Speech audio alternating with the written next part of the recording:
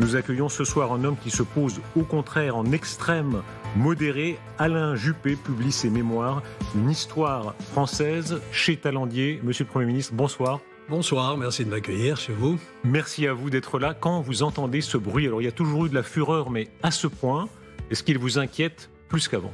Si je n'étais pas inquiet, c'est que je manquerais de lucidité. C'est vrai que nous avons devant nous des défis considérables. Je considère simplement que ce n'est pas tout à fait nouveau et que le siècle dont nous sortons, le XXe siècle, a été aussi un siècle de bruit et de fureur. Vous avez des étudiants et vous leur dites toujours « ce n'était pas mieux avant ». Oui, j'ai ma petite démonstration. 2 guerres mondiales, la grippe espagnole, le goulag, la Shoah, la France qui s'effondre en 1940. Je pourrais poursuivre, les génocides, la guerre froide, Hiroshima. Donc vous voyez quand même que ce siècle a été terrifiant.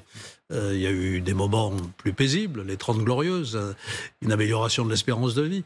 Je ne sous-estime pas les défis qui sont devant nous pour le siècle qui vient, dans lequel nous sommes déjà. Mais enfin, nous les relèverons. C'est ça que je veux dire aussi. Et je recommande votre livre parce que vraiment, d'abord, ça rend nostalgique. Parce que vous dites que c'était pas mieux avant. Il y a quand même des moments avant qui étaient mieux. Les 30 glorieuses. Vous avez vécu le pain blanc. Certains disent, votre génération l'a mangé.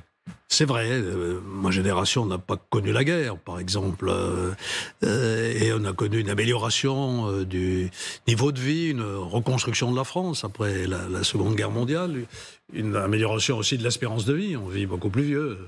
Voilà, donc ça c'est formidable. Mais le monde dans son ensemble a été extraordinairement turbulent et sanglant. Il y a quand même de bonnes nouvelles. Notre-Dame reconstruite, ressuscitée. On va voir ces images qui marquent la journée. Ça fait écho à votre livre. Il y a une dimension catholique dans votre livre qui est très importante à vous raconter. Enfant de cœur, l'ambiance bordelaise, catholique, bourgeoise, landaise, traditionnelle. On y reviendra. Mais quand vous voyez ces images, d'abord, toute personne, catholique ou non, il y a de quoi émouvoir. Il se trouve que j'étais sur les quais de la Seine au moment de l'incendie.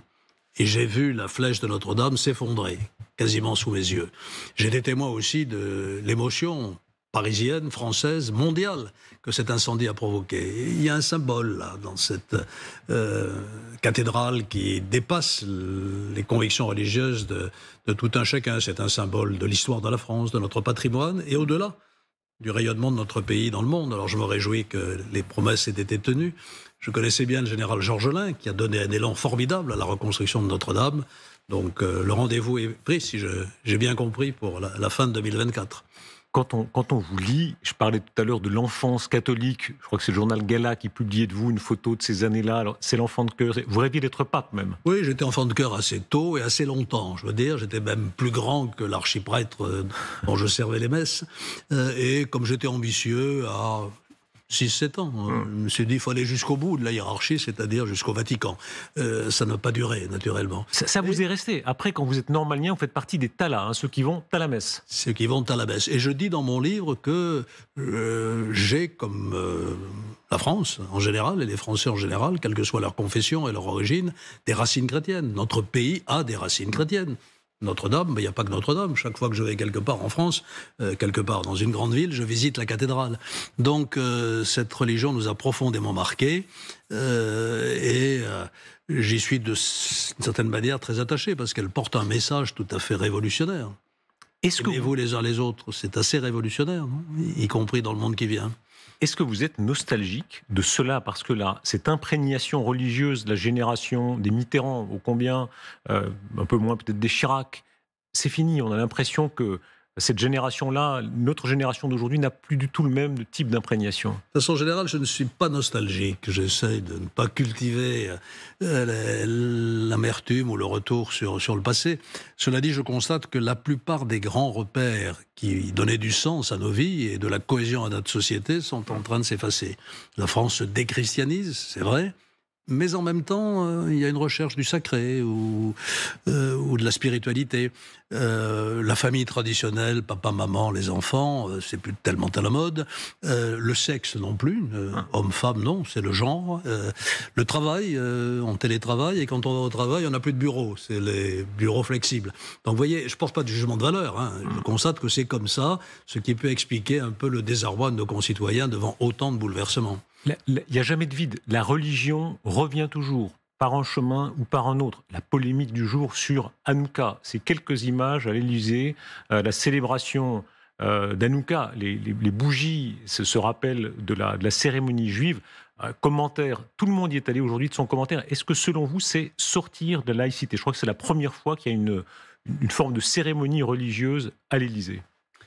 On ne peut pas ignorer les religions. Et la laïcité, ce n'est pas la négation des religions. C'est au contraire la liberté de religion ou la liberté de ne pas en avoir.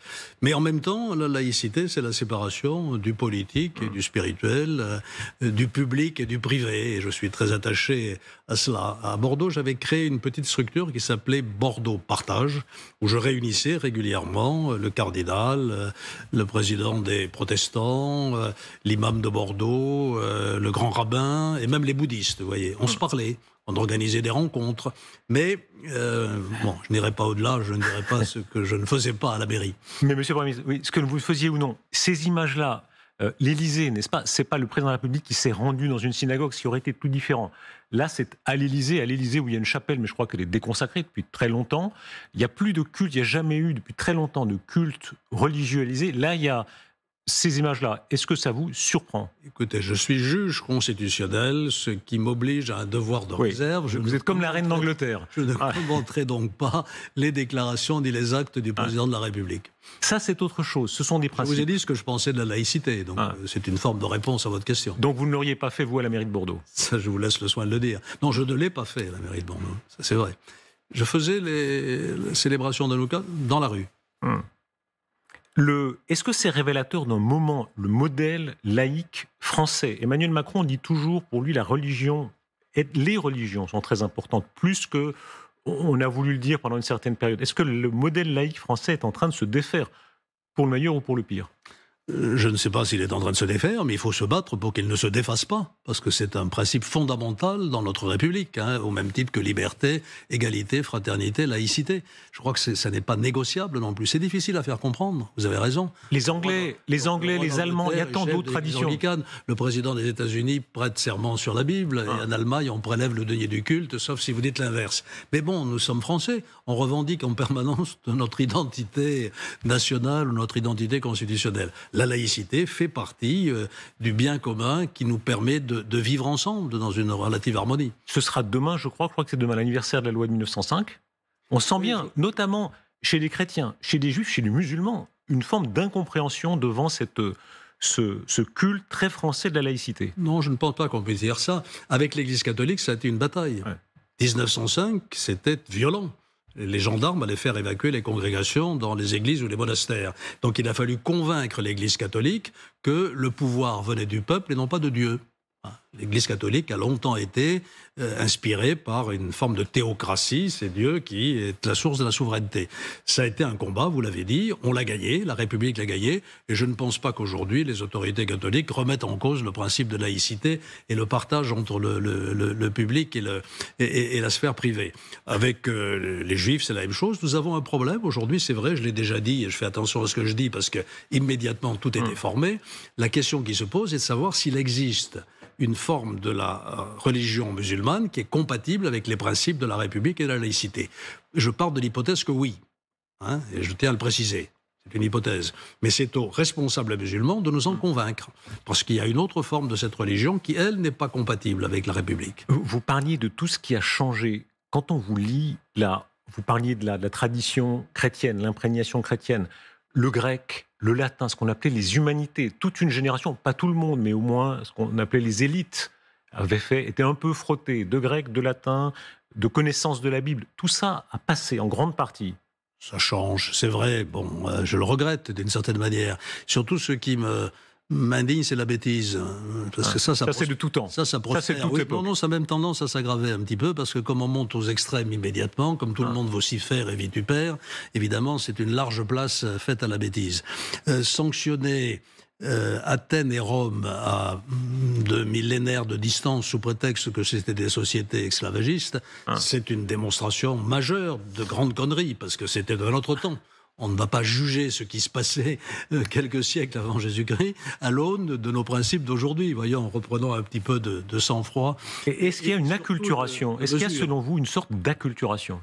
Oui, d'une certaine manière, chez certains, pas chez tous. Oui, mais... Et surtout, moi, ce que je plaide, et là, je suis conscient d'aller à contre-courant de l'actualité, je plaide un peu la mesure. On est en train de perdre le sens de la mesure.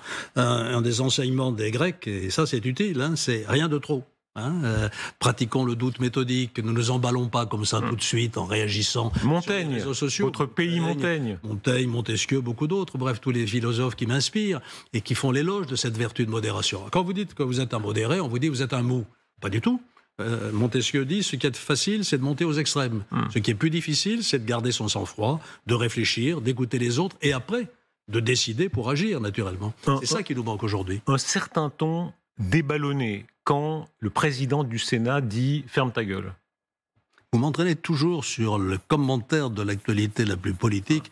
Moi, j'ai écrit un livre sur les années passées. Et puis, je pense aux années à venir. Mais les années présentes inspirent un petit peu moins. Est-ce que vous auriez dit « ferme ta gueule » Joker. Mais non, vous n'allez pas faire que des jokers. Écoutez, non, c'est la première fois que je sors pour joker. Et je viens de vous dire que j'essayais de combattre contre tout ce qui est excessif. Alors voilà, c'est clair. Ce mot qu'on utilisait dans votre génération, Chirac l'utilisait, je ne sais pas si vous l'utilisiez, Mitterrand l'utilisait, convenable. Il y avait ce terme convenable, c'est complètement passé de mode. On n'utilise plus le mot. Vocabulaire. Il y avait ce qui était convenable et ce qui ne l'était pas, ce qui cachait d'autres défauts, ça c'est autre chose. Mais est-ce que ça vous chagrine que le convenable recule? J'essaye de vanter les mérites du raisonnable, surtout. Faisons fonctionner notre cerveau, nos neurones, notre raison, notre esprit critique. Réfléchissons avant d'agir, avant de parler surtout, et ça ira sans doute beaucoup mieux. C'est pas que la surface politique. On a l'impression qu'il y a une forme de droite bourgeoise traditionnelle qui existait dans ce pays. Ça a été quelque chose, comme la droite gaullienne, la droite giscardienne, etc., qui a presque disparu. Quand on revoit le panorama d'aujourd'hui, il y a le Rassemblement national, plus au centre, le camp Macron, et puis à gauche et les filles, mais la droite traditionnelle, ça s'est réduit, c'est tout petit. Non, je ne suis pas sûr. Les élections l'ont montré, les dernières. Je ne suis pas sûr. Moi, si j'ai perdu la primaire en 2016, c'est qu'elle était encore puissante. Oui. Qu'est-ce qu'il en reste? Il en reste encore. Elle peut revenir sous des formes diverses. Et je crois que les réalités ne changent pas comme ça brutalement. Elles prennent d'autres formes, d'autres expressions. Elle peut se recréer, selon vous? Certaines valeurs aujourd'hui sont effectivement, sinon en déshérence, du moins en recherche. On voit bien qu'il y a dans l'opinion publique l'attente de quelque chose qui nous remette un petit peu les pieds sur terre dans ce monde de bruit et de fureur, comme je le disais tout à l'heure. Quand vous voyez Édouard Philippe, vous allez dire que vous faites parler de l'actualité, mais quand vous voyez Édouard Philippe, est-ce qu'il est cela? J'ai essayé de dire dans mon livre combien j'ai aimé être maire de Bordeaux. On pourrait peut-être parler de ça plutôt qu'Édouard Philippe. Il est maire aussi. Il joue beaucoup de son image de maire. Oui, vive le Havre. C'est qui crée entre lui et moi une vraie complicité, une vraie affinité. Quand on est maire, on se comprend beaucoup mieux. Et si les hommes politiques adorent leur mandat de maire, c'est pour deux raisons. D'abord parce que quand on est maire, on est proche des gens, on est au contact de ses concitoyens en permanence, sinon ça se passe mal. Et ensuite parce qu'on arrive à réaliser des choses avec le temps. Et quand on est un bon maire, on a du temps. Moi, j'étais maire 24 ans à Bordeaux.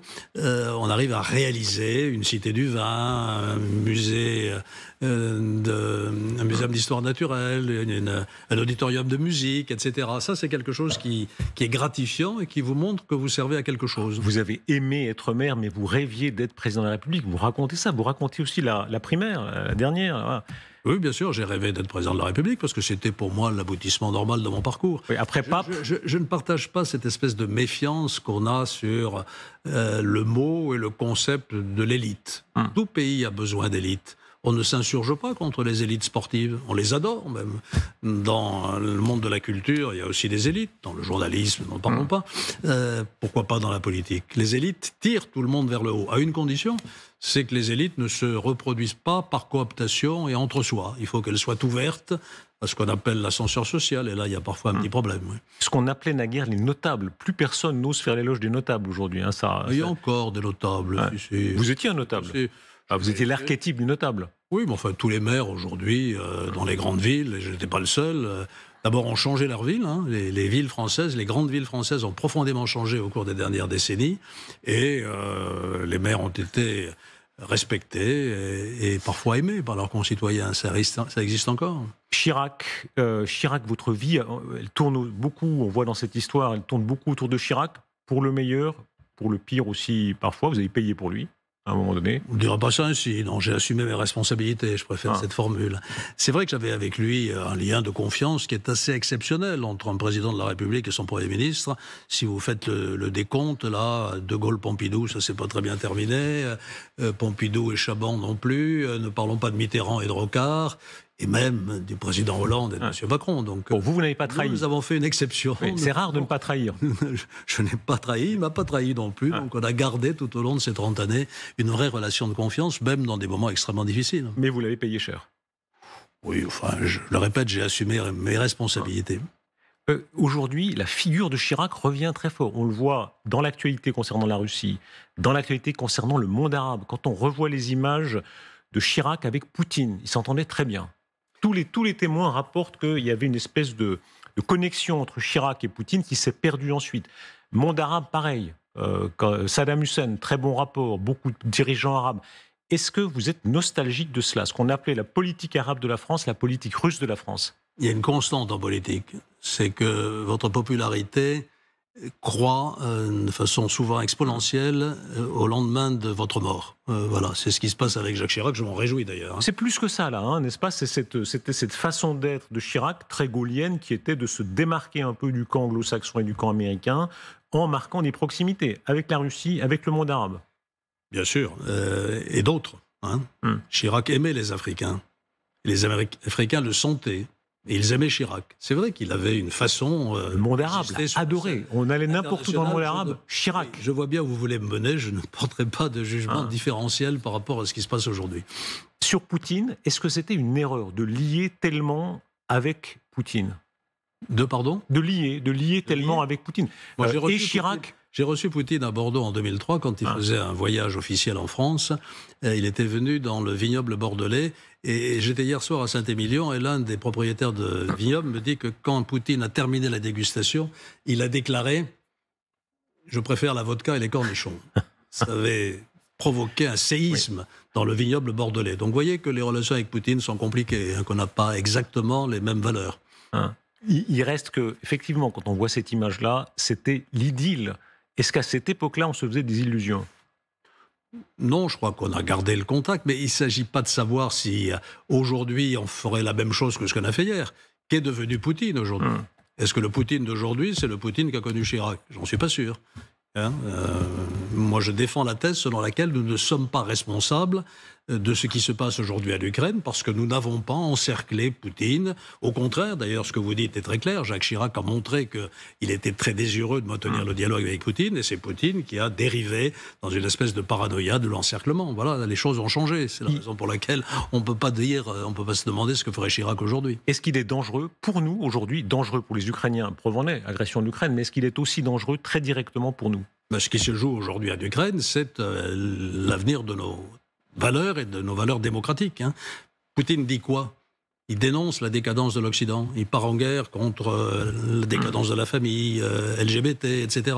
C'est un combat de valeurs, un combat de conception de la démocratie. Donc c'est la raison pour laquelle je souhaite, moi, de tout cœur, qu'on n'abandonne pas l'Ukraine. Parce que c'est nos valeurs aussi qui sont en cause. Ça veut dire donner plus d'armes. On va voir plus tard dans cette émission. C'est aux dirigeants actuels d'en décider de ça. Ce Poutine qui est là à nos frontières, et selon vous, quand on disait il vise plus que l'Ukraine, il vise tôt ou tard les pays baltes, il vise tôt ou tard les expansions, est-ce que vous le croyez? Il suffit de constater ce qu'il a fait depuis un certain nombre d'années, oui. Ça commence par la Crimée, le Donbass. En Géorgie, il s'arrête une fois qu'il a atteint ses objectifs, et ainsi de suite. Il ne faut pas être naïf. La stratégie de Poutine, elle est assez claire à analyser, à deviner. C'est la raison pour laquelle, et là je sors peut-être de ma réserve traditionnelle, c'est l'Europe qu'il faut conforter. Notre avenir, j'en suis convaincu, sur tous les grands défis que nous avons relevés, environnemental, migratoire, numérique, et le défi des valeurs, passe en grande partie par la cohésion de l'Europe. Est-ce qu'il y a un échec aujourd'hui des modérés? On verra plus tard dans l'émission, poussée de Wilders, poussée de l'AfD en Allemagne, Orban qui est en train de diviser en partie le camp européen. Oui, enfin il y a un petit coin de ciel bleu quand même en Pologne. C'est pas les plus extrêmes qui ont gagné, mais je reconnais que votre analyse est juste. Mais raison de plus pour se battre, raison de plus pour défendre ce que nous sommes et nos propres valeurs. Vous avez des regrets, Alain Juppé? Non, pas vraiment. Des regrets, bien sûr. J'ai fait des erreurs, j'ai connu des échecs, et je regrette d'avoir fait des erreurs, ça c'est sûr. Mais globalement, je pense que j'ai une vie... bon, qu'est-ce que ça veut dire? Je risque quand même le mot. Une vie assez heureuse. Et riche, en tout cas, et dense, avec beaucoup de contacts, beaucoup de décisions à prendre, beaucoup de réalisations aussi, parce que je parlais de mes échecs, mais je voudrais aussi dire que j'ai eu quelques réussites, quand même. Vous racontez au moment où Fillon, 2017, se retire, et vous pourriez y aller, beaucoup de gens, et à un moment donné... Je reçois pas mal d'appels téléphoniques. Voilà. Et vous dites, je veux pas être plan B. C'est quoi? C'est de l'honneur? C'est quoi? Oui, il y a une petite réaction d'orgueil, bien sûr, mais c'est surtout du réalisme. Les conditions pour rassembler mon camp, entre guillemets, en tout cas, suffisamment de force politique pour gagner, n'étaient pas réunies, n'étaient plus réunies. Vous vous êtes jamais dit, si j'avais tenu bon, je serais peut-être président? Parfois la nuit, ça m'arrive, quand je cauchemarde. C'est vrai? Et quelle est la forme de vos cauchemars, alors? Ouais. Non, c'est le livre d'un diplomate qui s'appelle Claude Martin qui m'inspire cette réflexion. Il a écrit un livre qui s'appelle « Quand je pense en Allemagne la nuit ». Donc je pourrais dire « Quand je passe à l'Élysée la nuit » aussi. Mais bon, vous avez été poète, Alain Juppé. On a retrouvé, c'est là où... Oui. Alors, je crois que c'est Sud-Ouest qui a publié ça. Vous voulez que je vous lise les vers d'Alain Juppé? Oui. Vous avez 16 ans et demi, je crois. J'avais 16 ans. Alors, vous écrivez pour le lycée dans les Landes, le Grelot. Vous vous rappelez? Ah oui, c'était un journal que nous avions créé avec quelques copains. On était en troisième ou en seconde. Non, mais le titre de gloire de cette association, c'était pas mes poèmes, c'était l'invitation que nous avions lancée à Jacques Brel, qui est venu au Grand Théâtre de Mont-de-Marsan à l'invitation d'une association de potache. C'était formidable. Bleu de mon rêve, où je régnerai seul, souvent dans la tempête, au pays sans frontières, mon ongle impatient sur la carte étrangère, imagine ton nom que je murmure seul, havre de solitude, essopli du linceul, que tu me briseras le triste enchaînement de tout le vaste monde, etc. Vous ne m'épargnez rien. On vous lira. Merci beaucoup, Alain Juppé. Une histoire française, vos mémoires chez Talandier. Merci beaucoup. Merci. D'avoir été notre invité.